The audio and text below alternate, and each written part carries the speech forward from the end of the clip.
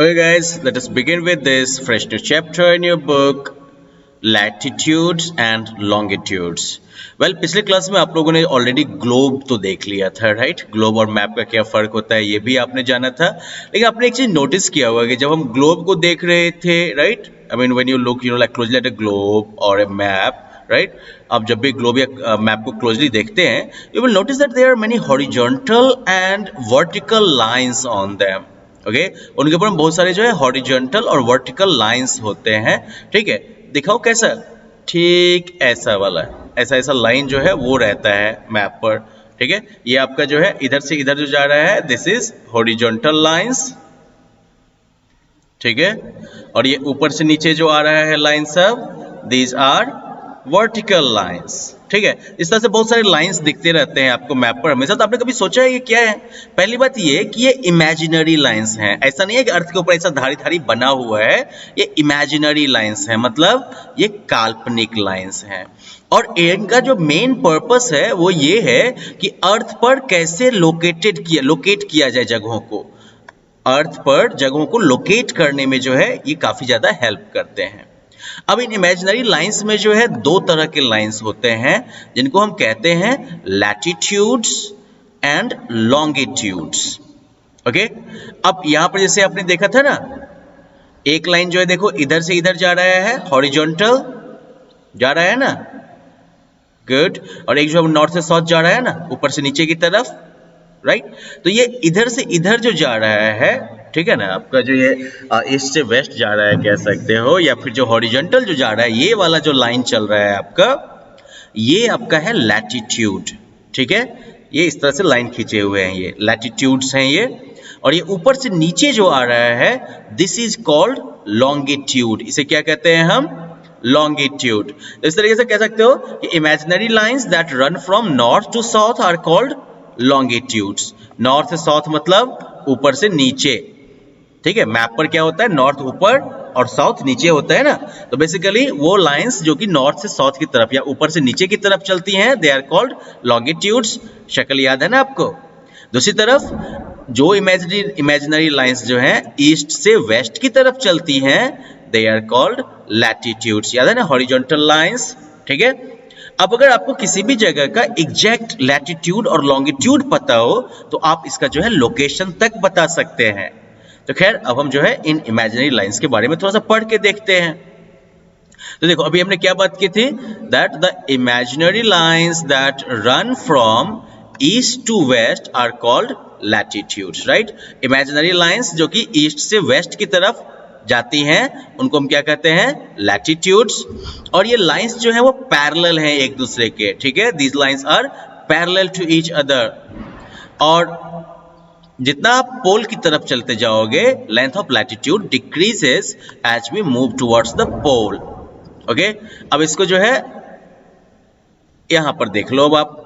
अब मान लो कि जैसे अगर ग्लोब, अर्थ भी तो ऐसे ही राउंड स्फेरिकल शेप में है ना, तो सबसे बड़ा जो होगा ये लाइन कहाँ होगा? यहां पर सेंटर पर, जहां पर चौड़ाई सबसे ज्यादा है. अब ये हर एक जो लैटिट्यूड जो होगा वो पैरेलल खींचा जाएगा, मतलब इसके पैरेलल बराबर में ही खींचा जाएगा. पैरेलल लाइंस का मतलब आप लोगों को अभी तक ना बताया गया हो. पैरेलल लाइन मतलब बिल्कुल बराबर में जो लाइन खींची जाए, जो कभी एक दूसरे को काटे नहीं आगे पीछे कहीं भी. तो पैरेलल लाइन अगर खींचते जाओगे तो जैसे जैसे तुम ऊपर की तरफ बढ़ते जाओगे तो क्या होगा? ये जो एरिया, जो लंबाई है वो तो घटता जाएगा ना. यही वजह है कि आप जो है लैटिट्यूड जैसे जैसे ऊपर की तरफ बढ़ता जाएगा, इसका क्या घटता जाएगा? इसका लंबाई जो है वो घटता जाएगा. वैसे और बिल्कुल टॉप पर जाके, पोल पर जाके क्या होगा? तो कहानी ही रुक जाएगी आपकी. ओके, तो इनको हम क्या कहते हैं? इसीलिए the length of latitude decreases as we move towards the poles, right? क्योंकि अर्थ जो है जहां पर सेंटर में सबसे ज्यादा चौड़ा होगा, क्योंकि अर्थ गोल मटोल है. जैसे जैसे ऊपर जाओगे वैसे वैसे क्या हो जाएगा? जो लैटिट्यूड की जो लंबाई है वो घटती जाएगी. इसीलिए इसको जो है पैरेलल्स ऑफ लैटिट्यूड भी कहते हैं. ठीक है, और जो एक बीच वाला जो लाइन आपने देखा था, ये 0 डिग्री इधर दिखा रहा है ना, देख रहे हो? ये जो बीच वाला लाइन है आपका, दिस इज कॉल्ड इक्वेटर. मतलब कि ये जो है अर्थ को ऊपर नीचे दो हिस्से में बांट देता है. तो जो आपका ऊपर वाला पार्ट हो गया ना, this part is your northern hemisphere. जो ऊपर वाला पार्ट आप देख रहे हो आप इस इक्वेटर के ठीक ऊपर, that is your northern hemisphere. और आप देख सकते हो कौन कौन सी कंट्रीज उसके अंदर है। Have a look at it. North America इधर हो गया, नॉर्थ अटलांटिक ओशन भी है आपका, साउथ अमेरिका का कुछ हिस्सा है, अफ्रीका का काफ़ी कुछ हिस्सा है इधर।